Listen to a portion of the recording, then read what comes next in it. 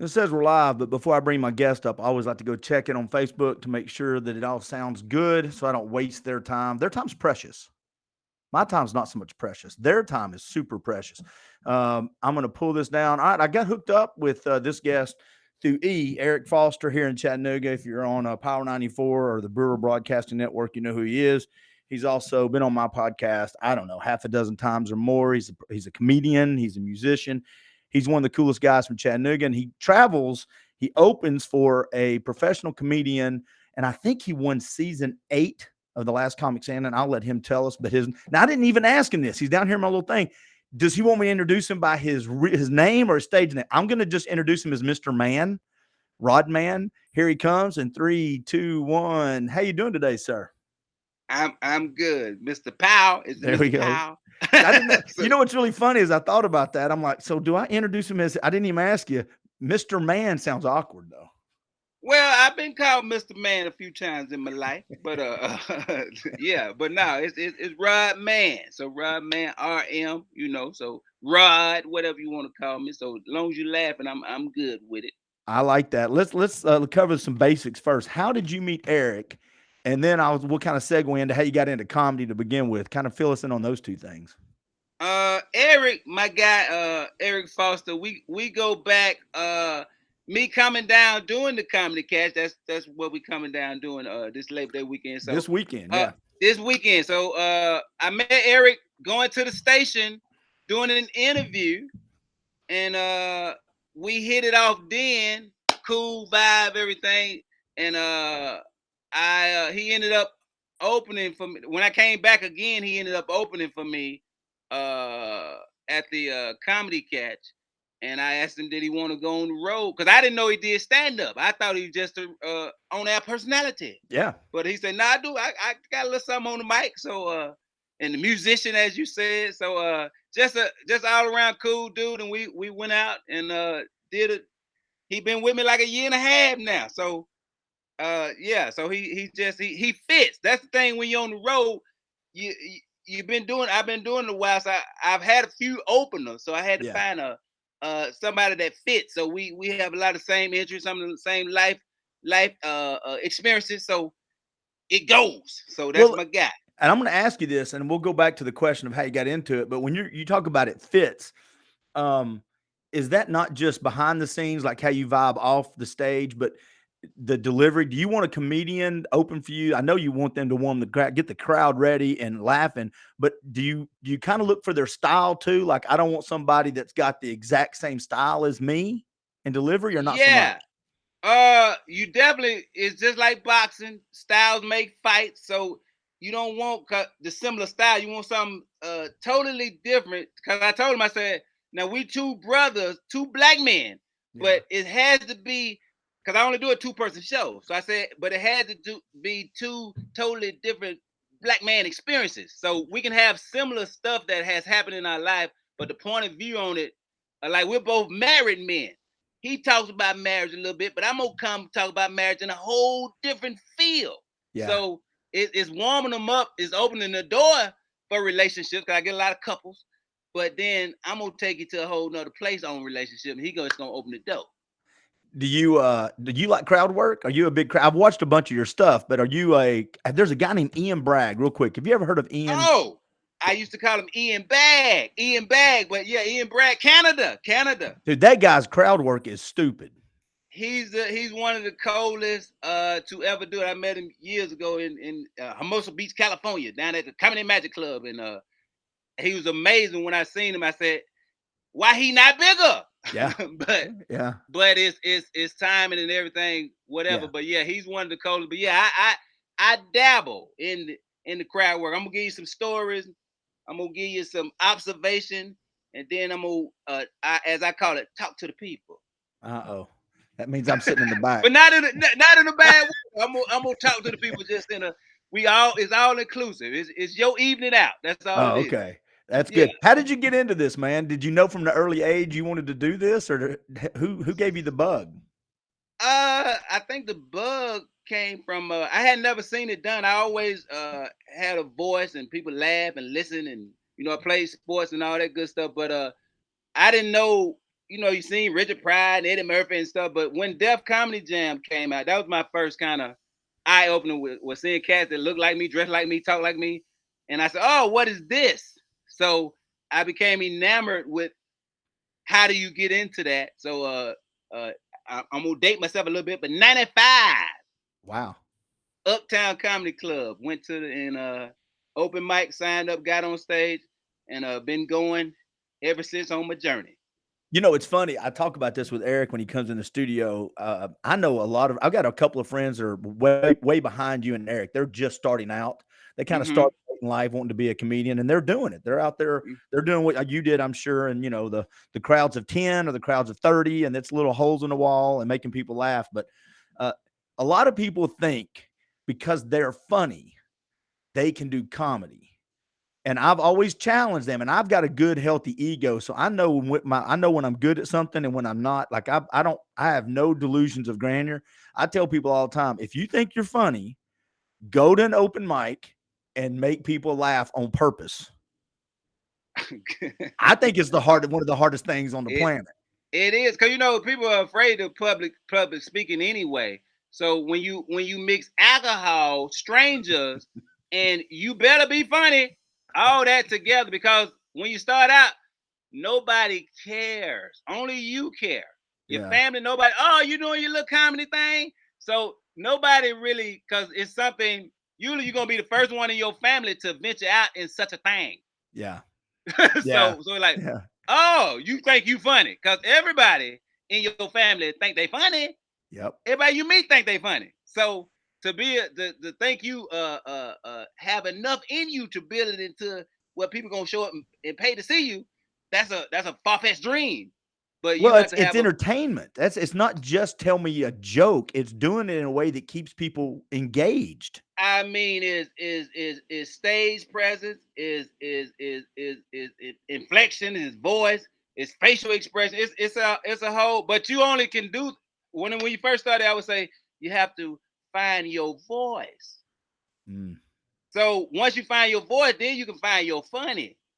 But mm, you got to find the voice to make the funny first. right. So that comes from just repetition, repetition, repetition. And then, oh, they laughed at that. Oh, I need one. Sometimes it's just one word. You just need one other word. And that can take that bit to a whole nother level. But that's it's so you're an engineer, it's a craft. You got to study yourself Did, did and people. when was the first time your family was there a moment when your family realized, okay, it's not just his little comedy thing. It's the real deal. When I first got on TV, I did a Showtime at the Apollo, and I didn't Oh, get booed. I wow. did my thing. I Wow. made it through. Yeah, Well, real quick, let's tell people the Apollo is famous that if you're not good, they're brutal. brutal. Boo, boo, boo. Sandman coming out the balcony, Yep. sweeping you off the stage. So that was my whole biggest fear. And the thing was, I had won this comedy competition in New York out of 75 comedians, but the prize they gave a little money. And your prize was you could do the Apollo. And I was like, I just want the money. I don't want to do the Apollo. but it's a legendary because I was like, oh, they can boo me. But I Yeah. did so well. That was my first time in New York. And we went back, taped the show, they gave it up, and then they said, "Boy, you got something. You got something." So it's that thing. It's that thing. That was the proving ground. Do you remember the first time that you were was it the Apollo that you kind of stepped on the stage and was like, "Oh, this it's the real deal." I mean, I'm a little intimidated. And when was the first time you remember that? And do you remember the first time you bombed? The first time it was like, "Oh, my God." Uh, I always say I don't know if I go to bomb story. I don't think I bombed. Well, I don't say I bombed, but we didn't connect, and it was at a college, Fayetteville State, years ago, I don't do colleges no more because the kids, we have lost the connection with the children. But on that part, You because know, you talk like a they parent. yeah, I am a parent That's now. what So I'm yeah, saying. yeah. Once you Yeah. get to a parent, but back then I was still, doing Yeah. my thing. But it was the school was under construction, and I came out and covered that uh about the school being, and they didn't appreciate me talking about the school under construction. Oh, So good I never Lord. kind of got them back to where I needed to be, but I got them back enough to say, all right, let me let y'all talk to the next person. Yes. But so sometimes you just don't connect with the audience. But and what was your other question? Well, just do you remember the first time you were like a little intimidated, like when you go, oh, I'm not just at a normal, open mic or comedy. That first time you were walking on stage and you felt like you arrived. You're like, okay, now I Oh feel like a player. well, that was after Last Comic Standing. When you go, we went on like a 70 city tour, and I had to close every night after people who I just came out of the show with. Funny, I'll get out, and they do round robin every night, so I got to follow a different person every night. Oh wow. And the people don't leave. I come out, and most nights was standing ovations. So that's when I knew, okay, Rob man got something here for me. Yeah. And it's just finding the people who the team around it to keep that fire going. So that's the whole thing. The challenge is, I heard a great quote. Yes, they say he say you can get to the top, and then how you stay at the top. Staying at the top is hard. Everybody get to the top if you can get to the top, but how you stay at the top. And that's a good point. And I've again talked about this with Eric, the behind the scenes of comedy, because I like to go to comedy because it makes me laugh, right? It makes me relax. I disconnect. But for you, it's a business. And behind the scenes, you got to have people you trust. That's got to be a hard part too. Well, that's what I also have been learning.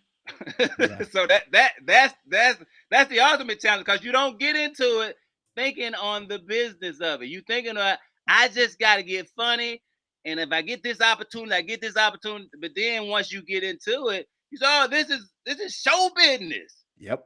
And the business is big, but you're gonna have people who be like, "No, you just do your show and don't worry about the business." So you're like, "No, I got to worry about the business, because how we gonna grow if I don't worry about the business?" So those are challenges you meet along the way. Do you have somebody, just because I don't know how this works, do you have somebody helping you pick locations? Do you have somebody goes, hey, we should try this town or this club? Or is that just driven by you completely? No, I've had both. I've done it both ways. Now I'm in the process now of knowing where my people are at. So it's finding your team of people who make those calls for you. So I got those people, but I've also had the big agencies and all that, and they'll just throw you out there. You be like, no, it's a map how we can do this, but sometimes that don't always fit. Yeah. So you had to find the right people for you. So I know where people enjoy my comedy, and they say the tour. If you need the tour, you don't need but 20 or 30 cities that really get you, and then you grow from there. So that's always in Chattanooga, one of them cities that always have supported me before Last Comic Standing, before anything. I've always came down. Eric used to do nights, so it's always been a city I can come to and get love. Well, and then I want to talk to you. I got like 9 other questions sitting here. Dadgummit. You good? You good? I ain't got to him yet.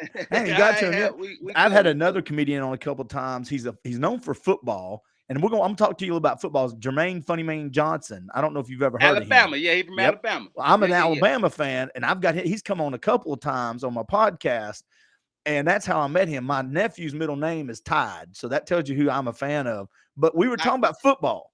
Are you a Georgia fan? Is that it? I'm a Bulldog at heart, but my daughter went to Alabama, so I've been down there. I understand y'all loyalty and the pride of it. Yeah, she all roll Tide out too, everything. So do y'all have I get it. That's Rama tough football. That's football tough for you guys this year. But I'm a Bulldog.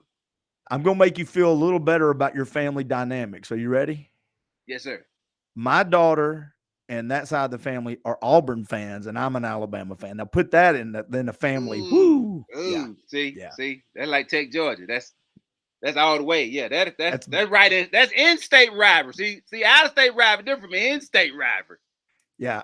So I got a friend that said that's just like Georgia and Georgia Tech. I said, no, it's not. No, not at all. I said, Tech. Yeah, it could.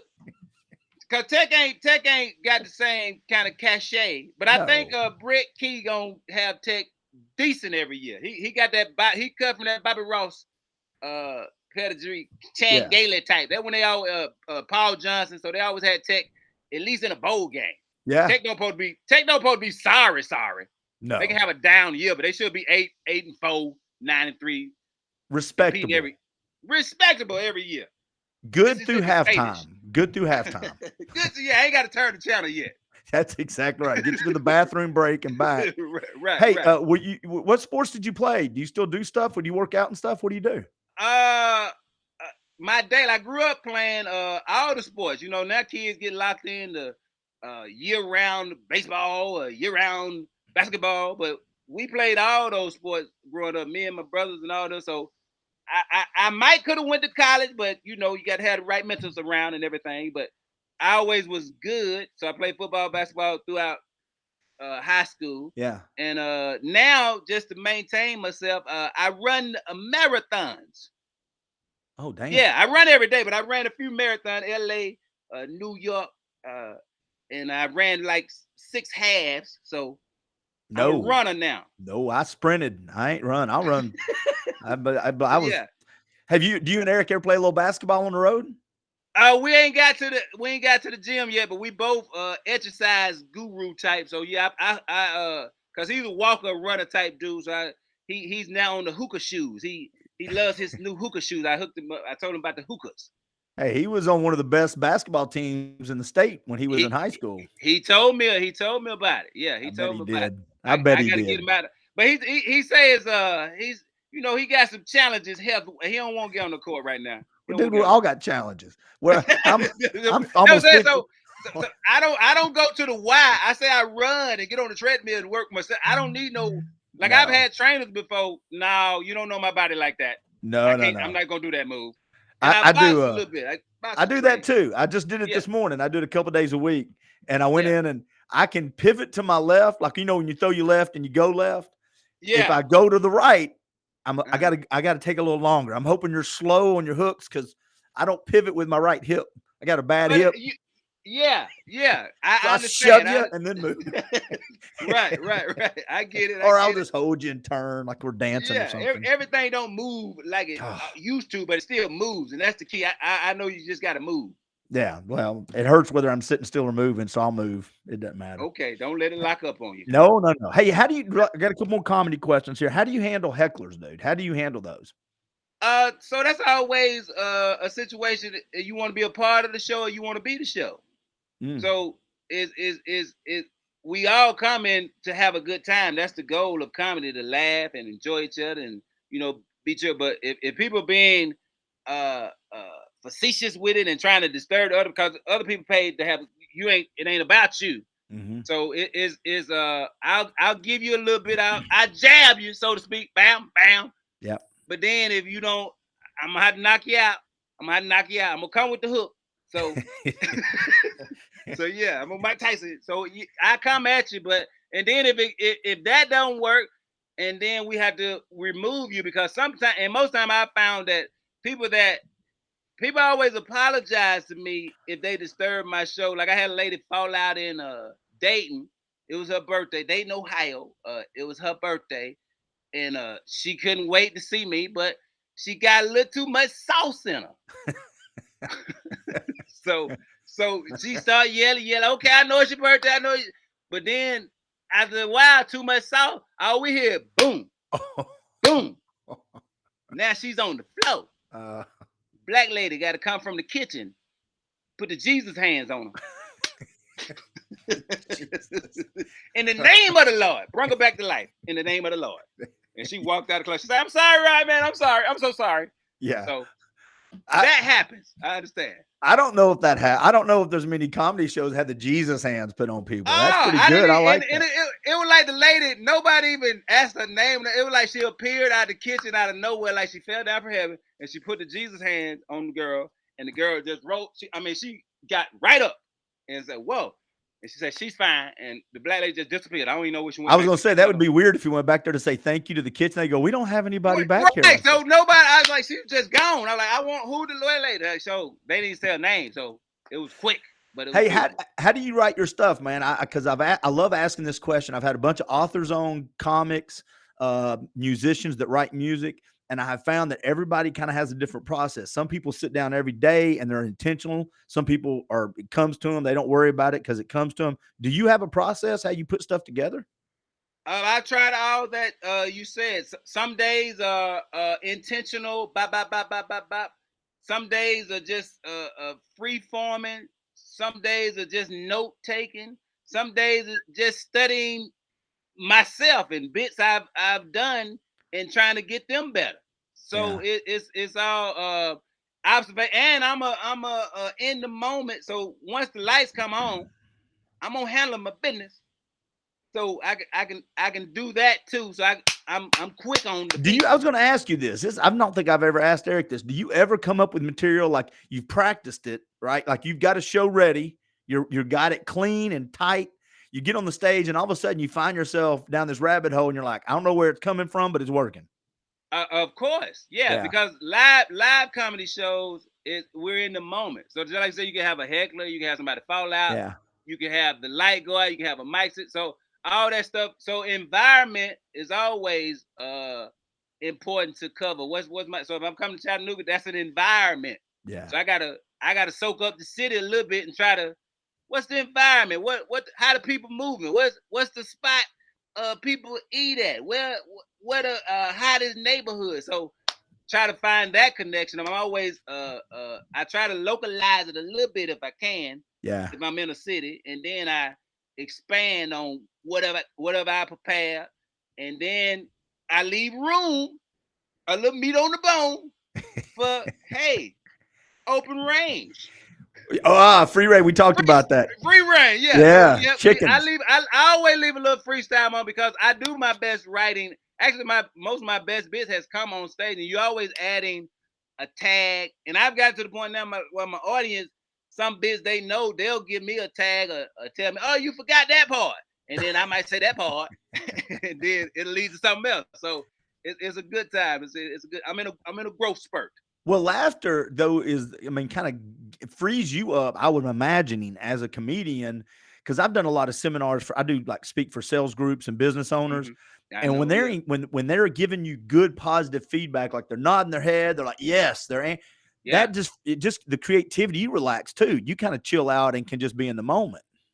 Well, yeah. Anytime people compare, and I think we all people compare, like you think about churches, you say that's my ministry, but also comedy, speaking, that's your ministry. So the Mm. people, I don't say the people that follow you online, all that those you follow, but people that show up to see you live and hear you do your thing, you got to leave them with something. So Yeah. the laughter is the medicine. You got to give them the medicine because and you try to give them. I compare it to singing sometimes too. Like people say, "Well, do you do the same show?" I said, "No, each show is different, but you might hear the same bit on the show because sometimes people only bring another person because it's a bit that they love, and they say, "Oh, Hmm. you got to see this bit." And then if you don't do the bit, first they say, "You didn't do my bit. You didn't do my bit."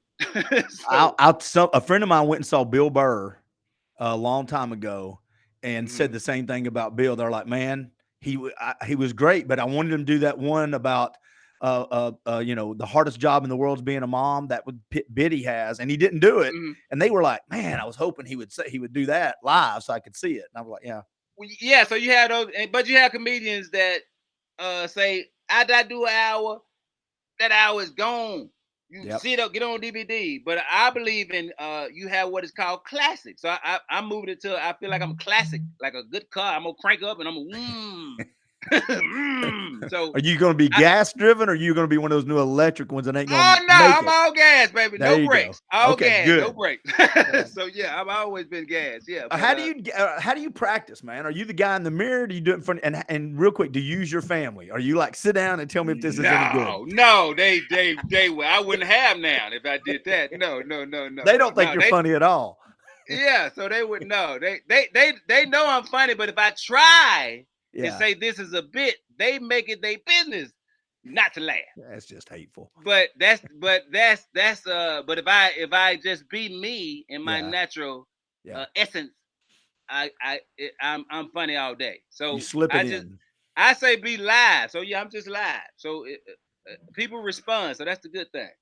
What do you do when you're not on stage, man? Give me a few more minutes and I'll let you roll. What do you do when you're not on stage? You work out. I know you got other Work stuff, out, but watch. I'm a sports guy, so downtime, and I'm a family guy. So once you have a family, and you in my profession, you deal with people all day.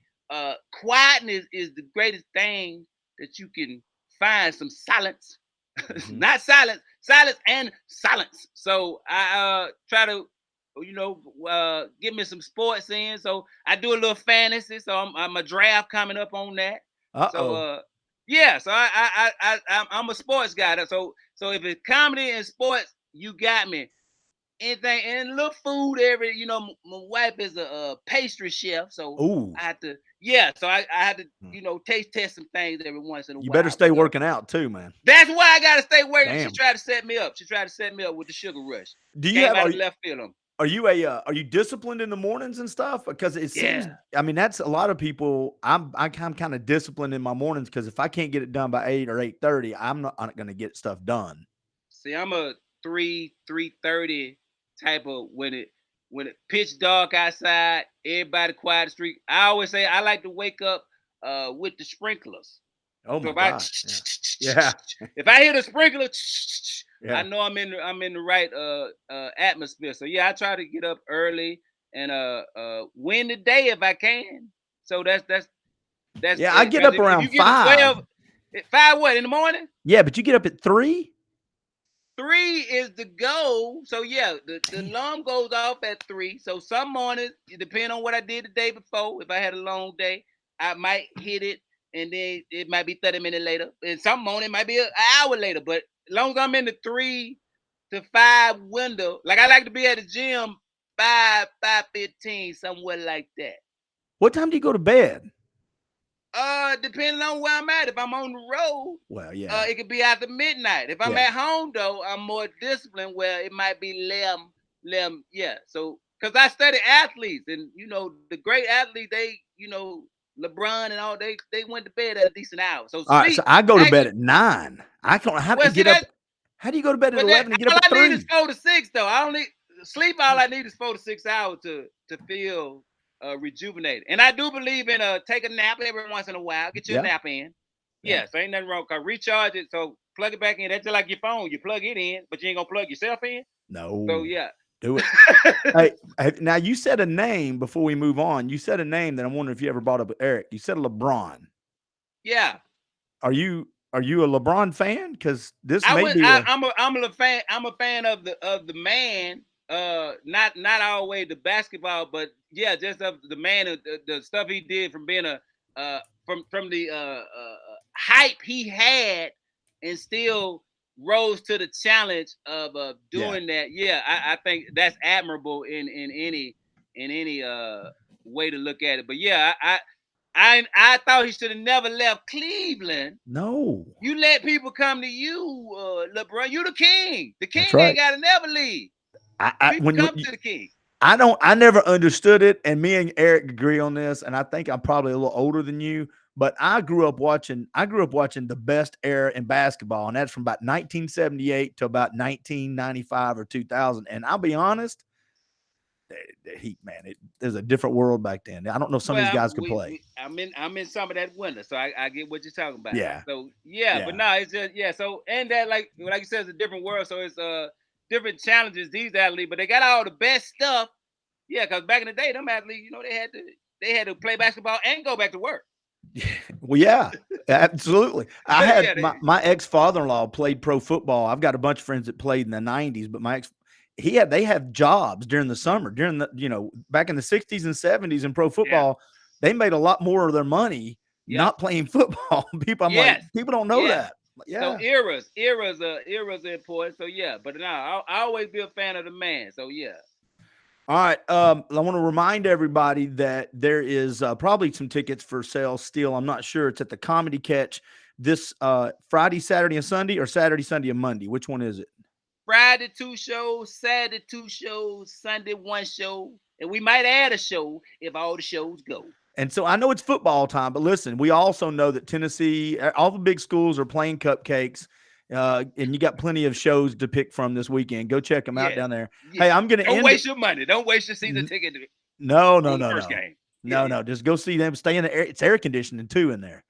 Air conditioning at the choo choo. At the choo Yes. choo. Hey, I always try to end with my first time guest playing a little quick Would You Rather, just a couple of things. So we're going to play Would You Rather. Now that like that show on Would You Rather, was it 2020? Oh And no, what's that? this John is going to be 5 or Canoli 6 questions. Like first one is, would you rather have pancakes or waffles? waffles. Good answer. You're right. And you don't know this, but they're right answers if they agree with me. Okay, yeah. I'm waffles all the way with a little peanut butter. Oh, heck yeah. French Yeah, fries, tater tots, or onion rings? Which one you taking?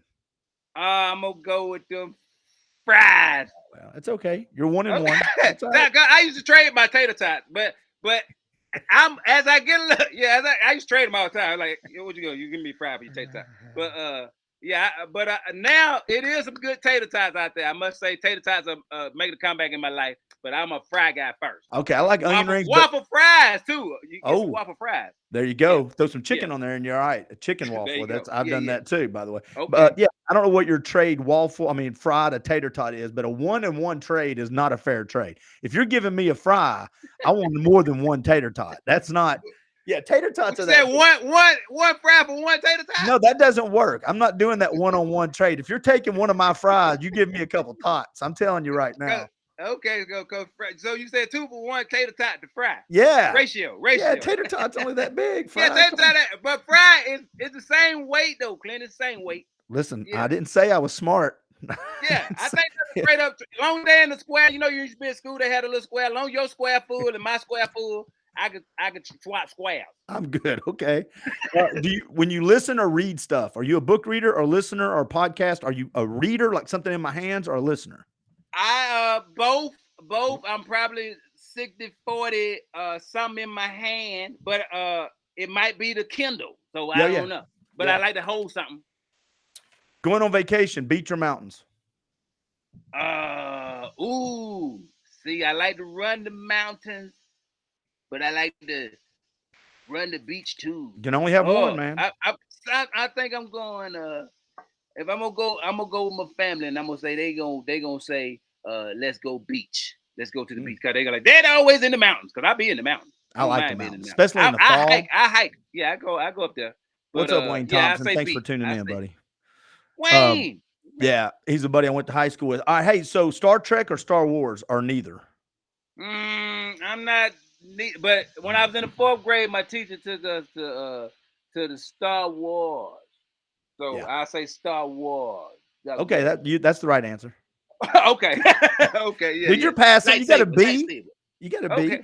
Here's the last one. Yeah, here's the last question for you. And I love this question with people who are entertainers. If you could be the most famous one, would you rather be an actor, a musician, or an athlete? Ooh, an actor, a musician, or an athlete. Yeah. Long as I'm at the top of the field, I take any of them. I know. But I would say, you know, all entertainers want to be an athlete. Yeah, athlete. So athlete is what sport? What sport are you taking? Football. What's the sport you want to be the best at? See, I had two. Football and basketball was my 2. But I probably would go basketball, because they have guaranteed contracts. Yeah, and they don't get hit every week by 300 and you got to get pop. Yeah, and stuff recovers. So yeah, I'll probably go. You probably have a long career basketball. So I say a point guard, dropping dimes. Okay, all right. So there we go. Well, I want to go down that road. I want to make sure everybody knows. Oh, I just got another bot said he's listening, but he can't respond. He's at work. He sent me a private. No, this other guy sent me a message. He's like, "Hey, I can't respond. I love the interview. I'm at work." He don't want his boss to know he's watching. Be listening at work. Still in time. I love that. That's fantastic. Hey, man, I appreciate you taking the time to come on. I'm super happy that you brought Eric into that fold. He is one of my favorite people on the planet. And I don't know if we'll ever talk again, but if we don't, I hope you and the family stay happy and healthy no matter what the world brings you, brother. I appreciate you likewise, my brother. I appreciate you having me. Everybody go check him out. Make it out if you ain't locked in something. Come on, holler at me. Comedy Catch this weekend. Go get tickets from Comedy Catch. You can also go to Rodman's. He's got a website. It's rodmancomedy.com, and find out other shows. If you don't live in Chattanooga, go find him somewhere. Listen, click, follow, pay for money, go see him in person. And man, I appreciate you jumping on. Awesome, brother. I'll holler at you in a minute. Yes, sir. Yes, sir. Bye. Thank you, everybody. All right. Go Dogs!